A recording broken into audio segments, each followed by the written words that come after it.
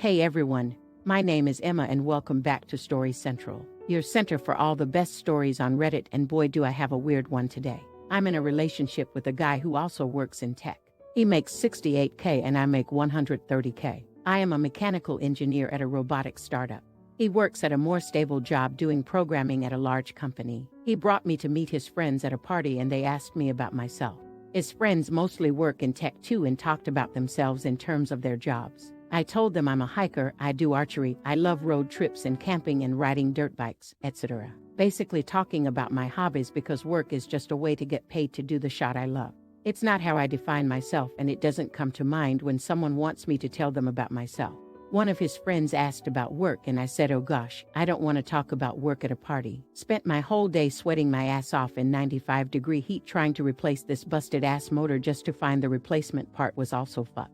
I wasn't lying or trying to downplay that I have a good job. That really is how I spent my day, and I wasn't in the mood to talk shop at a party. Some other conversations came up casually that probably also made me seem poor, like me saying that car dealership repairs were a ripoff, and telling my boyfriend that my childhood neighbor's trailer caught on fire and I was gonna visit and help her out. I wasn't doing it on purpose. I was literally just talking about my life. But I guess I gave the impression I was poor. It got later in the night. Everyone was getting drunker, and some of his friends, not close ones though, were making jokes about me growing up in a trailer and being a gold digger, and being ready to jump to a richer guy. Really misogynistic shot, honestly, since they don't even know me and seem to just assume all girls are good diggers. He didn't say anything. He later said it was because he'd smoked weed and gets quiet and has trouble carrying on a quick conversation when he's high. But regardless, I felt hurt he didn't say anything. I got irritated with his friends and asked, now why the hell would you say that when I make twice what he does? His friends went quiet for a second and I continued saying there ain't no gold to dig here, not with him or anyone at this party. So do y'all think I'm cheap,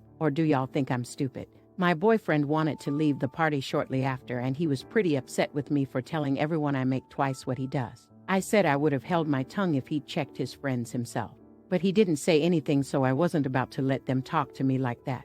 He said it was humiliating and now everyone thinks I'm a butch, and I flippantly said at least they know I'm a rich bitch. He was angry I embarrassed him when I spoke up. I was angry I had to say anything at all because his friends were talking shop, so it should be on him to check them. Stuff is still tense. Am I the idiot for explaining why I'm not a gold digger? Not the idiot. So your boyfriend was too high to say anything to support you but sober enough to complain when you rightly called him and his rude mates out.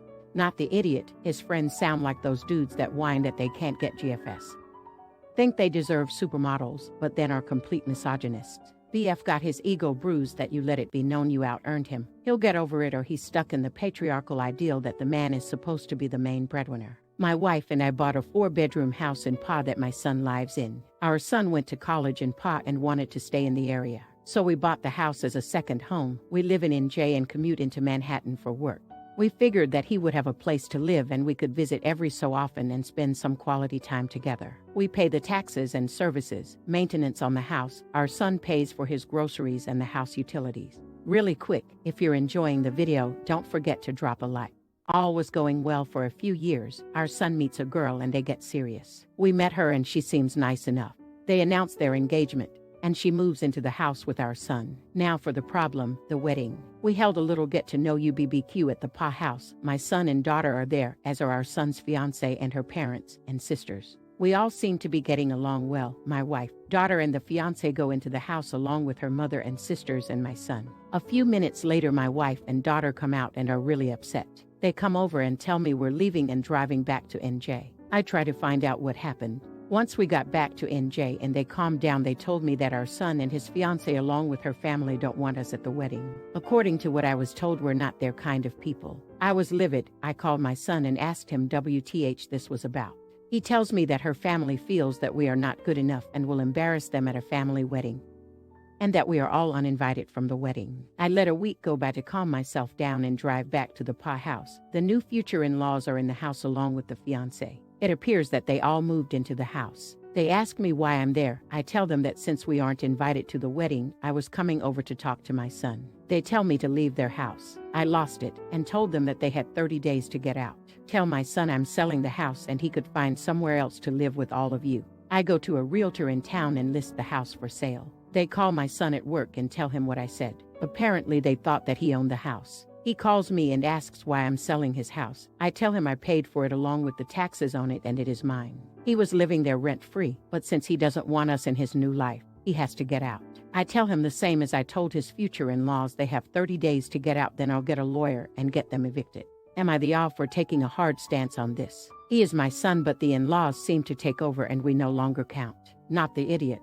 And I want an update on this because it sounds nuts. What kind of people do they think you are? How was your son okay with excluding his whole family? Do you think your son's been brainwashed by his fiancée? How did he think the house was his when he didn't pay the taxes on it? Not the idiot. You don't need a lawyer in 30 days. You need one now. I am not familiar with patented laws, etc., but you need to follow everything by the book so that you can't contest anything. I would also go back and videotape, with timestamp, the entire property inside and out so they can be held accountable for any damage done. So me, female 26, and my husband, 28 meters, who I'll call Jake for this story, have been together for 5 years and married for 3. We have recently started trying for a baby as we both felt like that was the next step in our life together, and 3 weeks ago I got a positive test back.